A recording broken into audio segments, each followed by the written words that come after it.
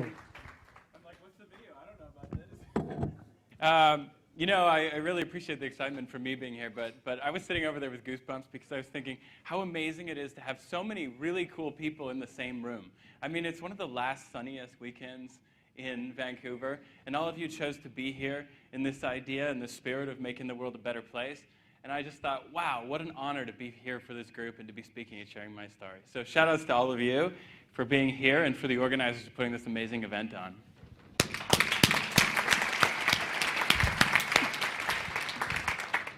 So I want to start today with a question. Why do you do what you do? That's the right answer, actually.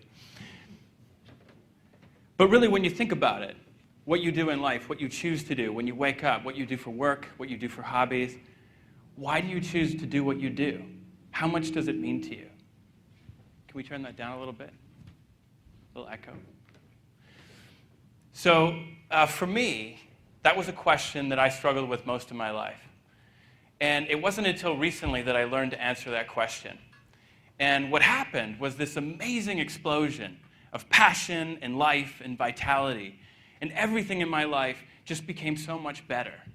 And so today what I want to do is talk with you about that process, about my life, about how I got there, about what happened and what changed for me, about how you might go about finding that same kind of thing and connecting with it. And then I think we allowed a little bit of Q&A after. So if there's something that kind of strikes you, we can chat about that at the end. So first off, talking about me kind of growing up. I was one of these kids with an IQ that rivaled Einstein, but an attention span that was more like a squirrel. I couldn't focus on anything. And it was kind of cool for people. They had a lot of fun with me, but it was a nightmare for the teachers. I spent a lot of time in the hallway. In fact, so much that it was fun, but then I became kind of lonely in that process. And I got labeled as a bad kid. And so my childhood was fairly difficult. I grew up with a single mom who was just above the poverty line, an only child, and not a lot of friends. A difficult childhood that I was bullied and was overweight and had anxiety and depression and all these kind of crazy issues. In grade 6, I was actually expelled from school. I don't think there's many people that get expelled from elementary school. I think that's kind of a bragging, right? I don't know. Somehow I kind of made it through and kept up and got back into school at grade 8. And I loved it. It was fun for a while, straight A's, but then got bored. It was just kind of not for me. And by grade 9, I had dropped out.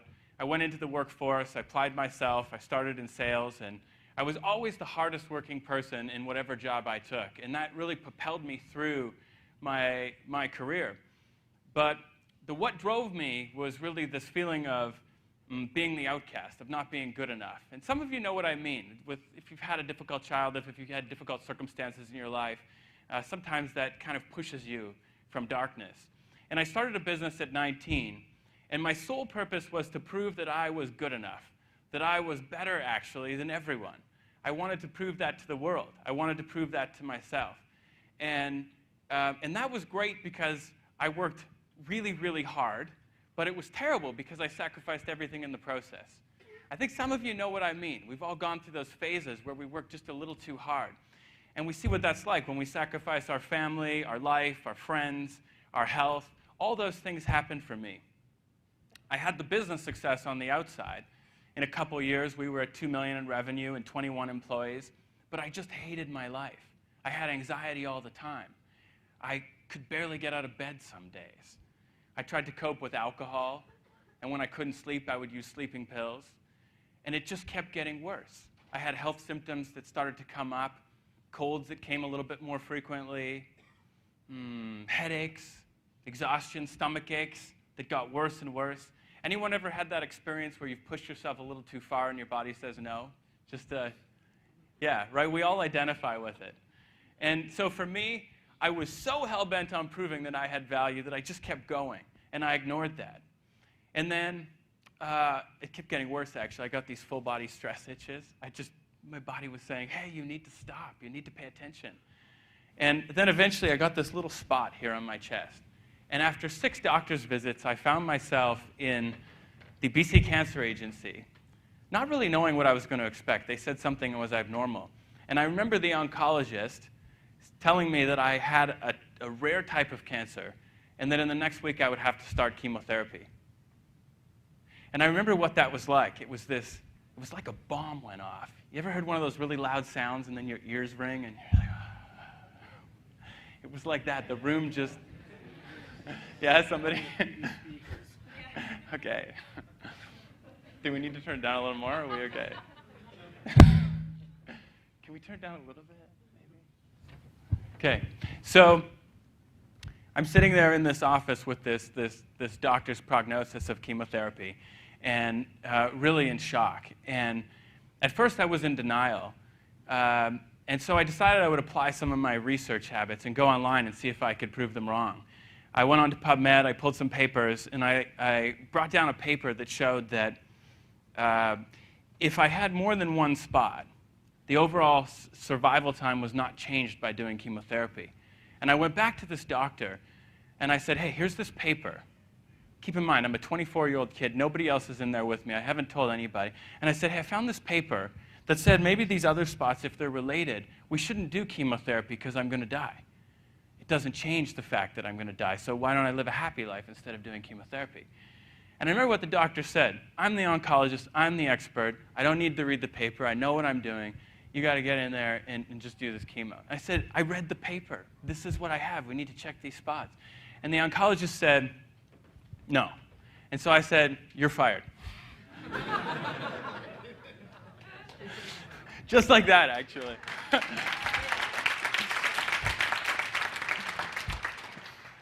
If any of you encounter cancer, I'm not telling you to fire your oncologist, just to be clear. But I did. I remember walking down that hall and I was thinking, okay, what do I do now? I just fired the only person who can help me in this situation. So lucky for me, I knew a few people. I made a few phone calls, and there was the guy who ran the lymphoma group. It was a lymphoma type of cancer, who agreed to see me. Someone introduced me to him. And I went in and saw him, and he said, okay, great, let's biopsy it. We checked it out. And he called me the next Saturday. He said, can you come in and see me? Okay, I'll be right there. And so I came in, and he says, okay, well, we biopsied the spot, and it wasn't what we thought it was. And I'm thinking, okay, yes, it's good. I don't have cancer. It's awesome. And then he proceeds to say, actually, it is stage 4, and you're right, and we don't have a treatment for this cancer. And so there was this long pause. And then he said, I know this is a shock for you, but I want you to hang in there and have hope, and maybe we'll come up with a cure. And so I found myself at 24 in this place where life was basically over. There was about 2 years, 2, maybe 3 years on this diagnosis that I had to live. And you know that question that people throw around sometimes? We've all heard it. What would you do if you had 6 months to live? Well, I had 2 years. And so it took me a little while to get over the anger of the situation.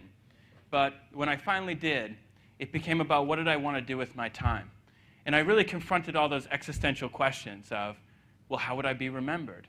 Who would come to my funeral? Would anybody come to my funeral? What would people say about me? And so I really started to think about that.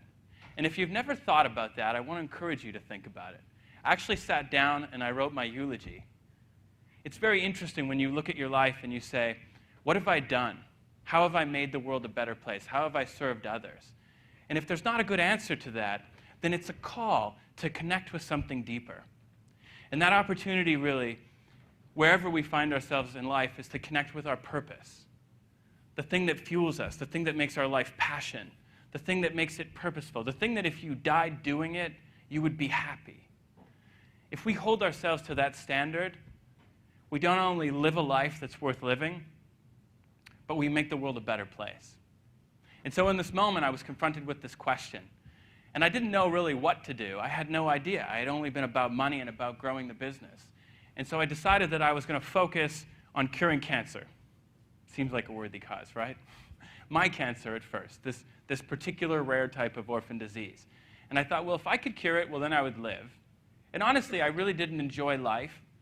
I don't know that I wanted to live at the time with all that success, but there was just so much stress, and I was so unhappy about it. But I decided I would live, and that's cool, and I could learn more and maybe figure out how to have a better answer to that how I would be remembered question. But if I solved that cancer problem, then I would also help other people. And so I thought that would be a good, worthy cause for me to apply myself to. And that cause became much more meaningful as I went to these support groups for people. You sit and you talk about your cancer and how you're dealing with it. And I remember there were a bunch of people there that I really started to care about and connect with. And over the time that I went to these circles, I saw these people die.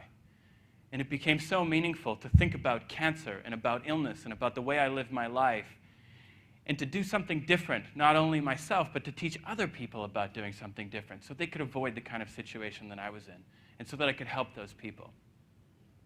And so with this passion that started to develop, this purpose that started to emerge, I decided I was going to go out into the world and solve this problem.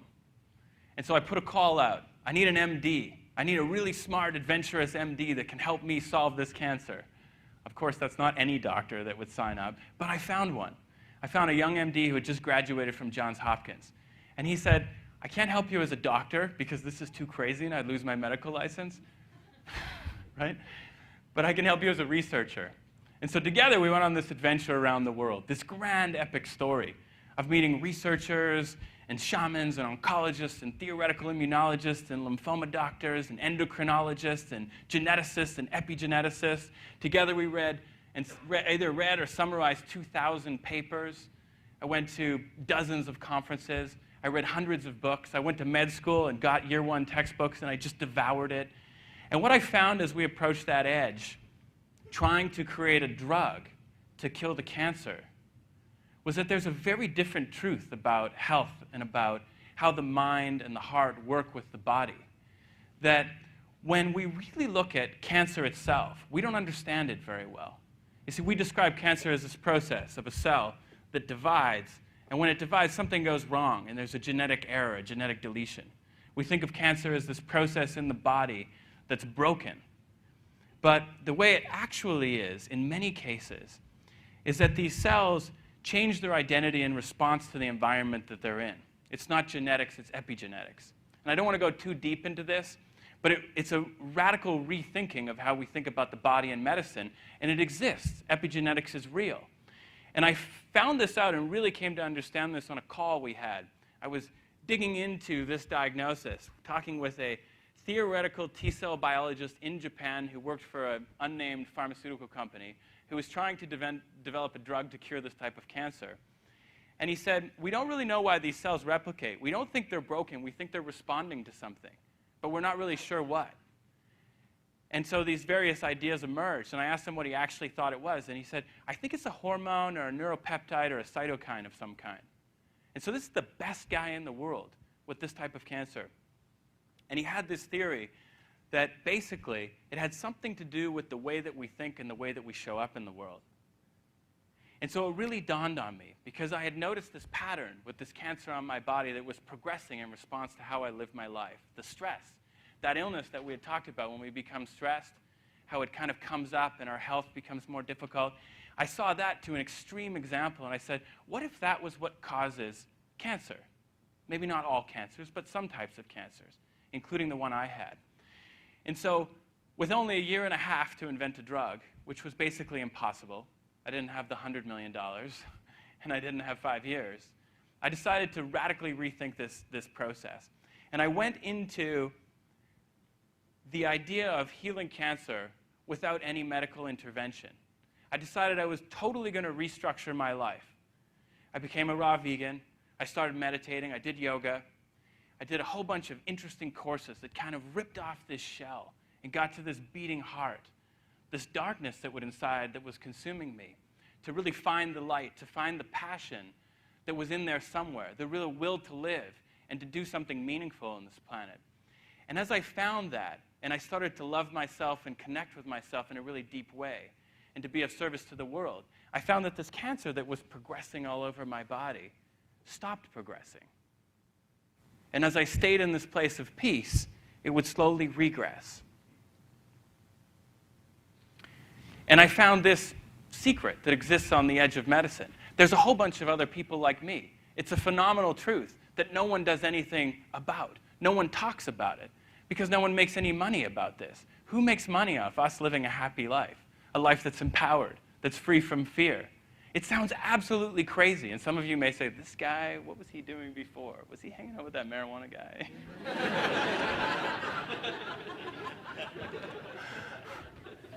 No, I wasn't. And this is real. And there's a whole field of medicine. If you're really curious, you can look it up. It's called psychoneuroimmunology. And this is really my passion today. It's about teaching us the power we have over our health to avoid disease, to change the outcomes of disease, any kind of disease, and to even regress disease in the most difficult and complicated of circumstances. There's a lot of work left to do to figure out how we get there, to help people create that change, to map the medical model. But for me, I found this passion. And there was another part of this story that really has become cataclysmic in the results of our business. You see, when I had that process of cancer moving in relationship to my stress, I found that sometimes I would have these stressful processes, and it had moved away, but in a short period of time of lots of stress, it would progress very quickly. And I thought, well, how could I balance this? How do I balance stress in my life? Sometimes I'd get home, it was 10 o'clock, all the yoga classes were closed, and I had this mind that was spinning, and I knew the cancer would be progressing. The funniest thing. And so I found this business that we were in. We had one of our web businesses that was selling these things we call ethnobotanicals, plants that indigenous populations use as medicine, that relax the mind, that calm, that help people sleep. And I wasn't really focused on it, but I decided that I would start to experiment with these medicines. And I found a couple really interesting plants. Some of you who know me know some of these plants. You've tried them. We have parties with no alcohol. We use these plants. One of them is called kava kava. Anybody ever tried kava kava? It's amazing. It starts in Fiji. And so this actually was the solution to keeping my mind calm. And I have to be really careful here because kava kava doesn't cure cancer. And for all the people that are watching, that's not what I'm saying. But it did allow me to calm my mind. And when I calmed my mind, I had better control over my body. So we decided that we would make a business out of this. I sort of talked with everybody about what we were about. And at the time, what do we got here on these slides? Okay, well, I think we're just basically at the punchline. So you see these first 5 years, really. This is the period where I was struggling, where I was motivated by darkness, between 2000 and 2005. And the business grew, but it was through sheer effort and will. And then as I was learning about this cancer and learning to heal, we kind of brought the business down a little bit, slowed it down. And it was floating at about $2.5 million. But when I connected with this magic thing called purpose, it exploded. And in the past 4 or 5 years, we've gone from $2.5 million to $100 million in revenue on internal cash, just growing, fulfilling this purpose. And the money really has very little to do with it. What it has to do with is a vision to make the world a better place and the passion that I feel. And this is really what happens when you find your purpose. You tell a story that people say, wow, that's meaningful. So few people are connected with their purpose that when they hear someone and see someone with purpose, it becomes exponential. They gather around and say, I want to be a part of that. How do I join? How do I subscribe? The other thing that happens is this mission of mine to bring these plants to people and to teach people about these things, it's really an impossible mission. I mean, the pharmaceutical industry has done such an amazing job at shaping regulations. You can't say what these plants do. You can barely access them. It's incredibly complicated to make products. The standards are so complicated and the law is so obscure that it is so difficult. But because it's purpose, we push on. We figure it out. We push through. And this is really the main benefit of purpose is no matter how hard the mission is, if you're doing exactly what you would want to be doing if you were to die tomorrow, then it's all fun. You can hit a brick wall at 100 miles an hour, and it just feels like a speed bump. The best part about purpose, though, is every single day is amazing. And so, for those of you that have connected with your purpose, you know exactly what I'm talking about. For some of you that have the hint, you feel it calling you in the distance. It's saying, give me a little more time. Figure out how to get out of what you're in and get over here. Come to me. It's calling you. Me telling you the story, that's the purpose, is to show you what life can be like, what possibilities emerge. The quality of your life is not something to take for granted. You don't need to come to the edge of life like I did to really realize how profound it is to do what actually matters. It's often the things that are the most difficult, the difficult experiences, the challenges, the days when you wake up and say, shit, my life is over. I can't believe that happened. Those things are little hints. Those are glimpses. That call in the distance when you listen. Those things you wanted to be as a child that never go away. Those voices are so important to pay attention to. Today, it's not really feasible for me to somehow empower you all with your purpose. But what I can communicate to you is the absolute importance of honoring it and finding it. And those dreams we set, when they're powered by effort, it's very hard. But when we find our purpose, they explode in possibility. I want to leave you with a gift and a curse. And how many of you use an alarm clock? Okay, so I always used an alarm clock. And I always hit the snooze button as many times as I could. How many people hit the snooze button on their alarm clock? People are like, some days. This year I used the alarm clock maybe 10 times. I go to sleep well, I wake up well, I jump out of bed, I love what I do. Every single day it's a 10 out of 10. When you find your purpose, that's what life is like. And so every day when that alarm clock goes off, for those of you that use one, I want you to ask yourself, am I on purpose? Am I moving in the direction of my dreams? And if I died tomorrow, would I be happy with the quality of my life? And if not, I want you to ask yourself, what should I be doing? Open yourself to the question and change your life forever. Thank you.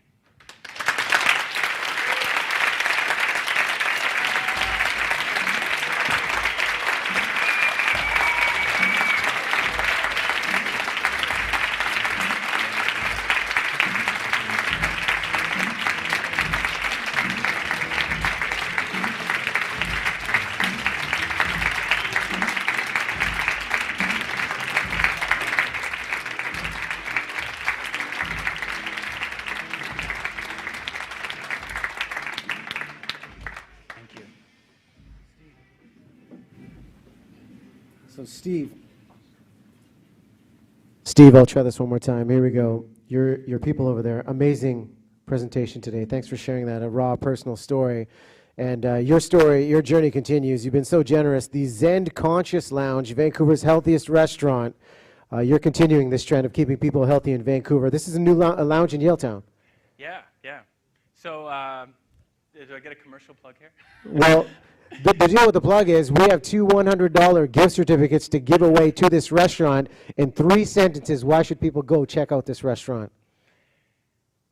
The healthiest restaurant in Vancouver, loving community, no alcohol, these magical relaxing herbs I talked about, and half raw vegan cuisine that tastes as good as any other restaurant in Vancouver, with all the proceeds that go to charity. It's very sweet. It's pretty sweet.